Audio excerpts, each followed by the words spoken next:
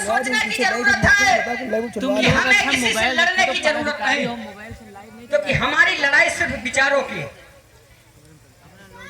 लेकिन हमारे मान्यवर कांशीराम साहब कहा करते थे, मान्यवर साहब कांशीराम साहब को कौन कौन जानता? लगभग सभी जानते होंगे, लेकिन मैं चाहूंगा कि एक बार आप हाथ खड़ा करके बताएं कि मान्यवर कांशीराम साहब को आप जानते हैं।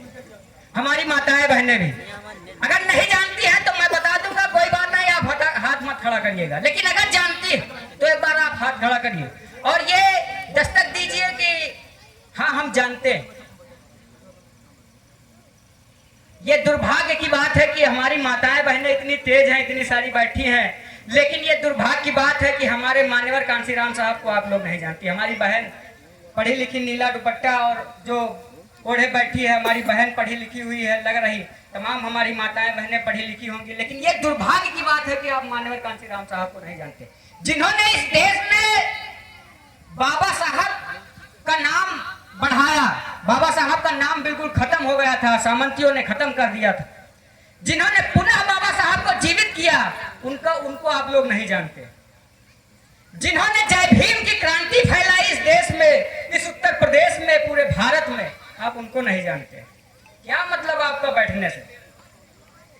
क्या मतलब? मैं ये आप बुरा मत मानिएगा, अगर बुरा लग भी जाएगा तो मैं ज्यादा फर्क नहीं मानता, क्योंकि फिर बता रहा हूं मैं नेता नहीं कि मैं वोट के लिए आया हूं। अभी चिल्लाऊंगा, जो सही गलत झूठ बोलूंगा, बोल के चला जाऊंगा, आप ताली बजाएंगी। तो मैं वैसा नहीं हूं, मैं आपका भाई हूं, मैं आपका बेटा हूं, और ये मेरा दंड है कि हम हमारे लोग अपना सब कुछ खर्च करके, हमारे पास भी परिवार है, हमारे पास भी काम है। हमारी माँ ने भी हमको बड़ा किया, 22 साल 25 साल का किया है, और वो उन्होंने आशा लगाया कि हमारा बेटा 25 साल का हो गया, हमने इसको पाल पोस के बड़ा किया, अब ये हमको कमा करके और हमारा खर्च चलाएगा, हमारा परिवार चलाएगा। उनको ये बस इस बात की आशा, लेकिन मैं उनके आशाओं पर खरा नहीं उतर पा रहा हूं। मैं कमाई ना करके मैं पूरा समय अपना सब कुछ समाज में न्यौछावर कर रहा हूं, इसलिए कि आप लोग मान्यवर कांशीराम साहब, आप लोग बाबा साहब, आप महापुरुषों को ना जाने, इसलिए ये दुख होता है हमें। हमारे महापुरुष, हमारे बाबा साहब ने कहा था कि महापुरुषों ने भी कहा कि हमें पूजने की आवश्यकता नहीं, हमारे विचारों पे चलने की आवश्यकता। आप लोग उनके विचारों को जानते नहीं। बाबा साहब की मूर्ति रखी, भगवान बुद्ध की मूर्ति रखी, आए पुष्प चढ़ाए और मोमबत्ती लगाए, चल दिए। क्या मैं पूछता हूं आप सभी से, इस तरीके से क्या ये समाज, इस समाज को हमारे महापुरुष जहां पर ले जाना चाहते थे, क्या इस तरीके से हम लोग वहां पहुंच पाएंगे? कभी नहीं पहुंच पाएंगे। हम जैसे तमाम लोग ऐसे ही मिट जाएंगे चिल्लाते चिल्लाते, लेकिन हमारे नौजवान साथी रील खिसकाने में मस्त रहेंगे। हम लोग ऐसे ही चिल्ला चिल्ला के खत्म हो जाएंगे। तुम लोग शांत क्यों नहीं रहते भाई? हैं? क्या फायदा? लेकिन फिर मन में एक ये आता कि जब बाबा साहब चलना शुरू किए थे तो उस समय बाबा साहब भी अकेले थे। जब बाबा साहब ने चापदार तालाब, जिसमें कुत्ता बिल्ली जानवरों को पानी पीने दिया जाता था, लेकिन एससी ओबीसी समाज को उसमें पानी नहीं छूने तक नहीं दिया जाता था, उस चापदार तालाब के लिए जब बाबा साहब ने संघर्ष करने के लिए आए और गांव-गांव और सभी के दरवाजे जब जाते थे और कहते थे कि आज चलिए उस चापदार तालाब के लिए आंदोलन करना है, तो वो सभी अपने ही समाज के लोग वो सभी दरवाजा बंद कर लेते थे कि हमें क्या मतलब।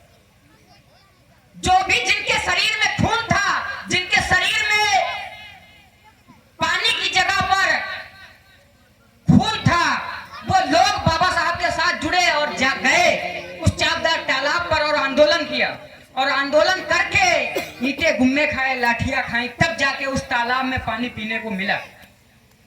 धीरे करके आज तो वो स्थिति है कि हम आरओ का पानी पी रहे हैं, बिस्लेरी का पानी पी रहे हैं, लेकिन हमारे दिमाग में परिवर्तन नहीं हुआ कुछ।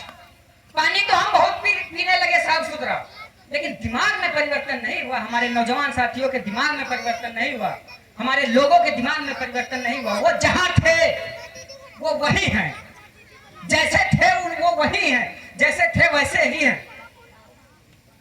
क्या फायदा? जो हमारे महापुरुषों ने दिया, केवल आप उसी के आधार पर जिंदा हैं, उसी के आधार पे आप चल रहे हैं, उसी के आधार पे आप सम्मान पा रहे हैं। आपने, मैं पूछता हूँ, आपने क्या किया समाज के लिए? आपने अपने परिवार के लिए, अपने लिए क्या किया? तो आप कहेंगे मैंने कुछ नहीं। एक बार सोच के देखिएगा कि आपने समाज के लिए, अपने परिवार के लिए क्या किया। आपने कुछ नहीं किया।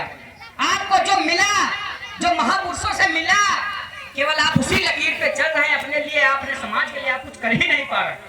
अरे थू है हमारी जिंदगी पे, थू है हमारे नौजवान साथियों पर, थू है हमारे समाज के उन लोगों पर जो लोग आज बढ़िया फैसिलिटीज पा रहे हैं, अच्छे अच्छे स्कूलों में, और अच्छे अच्छे पानी और अच्छे अच्छे कपड़े पहन के, अच्छी बुलेट पे, अच्छी गाड़ी पे बढ़िया से घूम रहे हैं, और पान मसाला खा के रोडों पर थूक दे रहे हैं। उन पर थू है कि आप समाज के लिए कुछ नहीं कर पा रहे हैं। और आप सभी जानते हैं इस बात को, भली बात, मैं उस बात को ज्यादा नहीं दोहराना चाहता हूं कि आज जो आप पान मसाला खा के और बढ़िया सी बुलेट पे बैठ करके और रास्ते में थूकते हुए जाते हैं, अगर किसी के ऊपर पड़ जाता है तब भी वो एक बार इग्नोर कर देता कि चलो हटाओ, झगड़े करने से कोई मतलब नहीं, ये एससी समाज के लोग हैं, ये हमारे ऊपर एससी एसटी लगवा देंगे आज। लेकिन आप लोग उस चीज को जानते ही नहीं कि ये लोग क्यों हमें ऐसे जीने दे रहे हैं।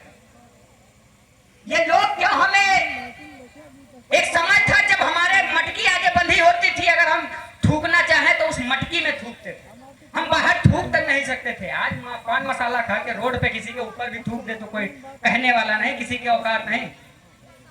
तो इन सब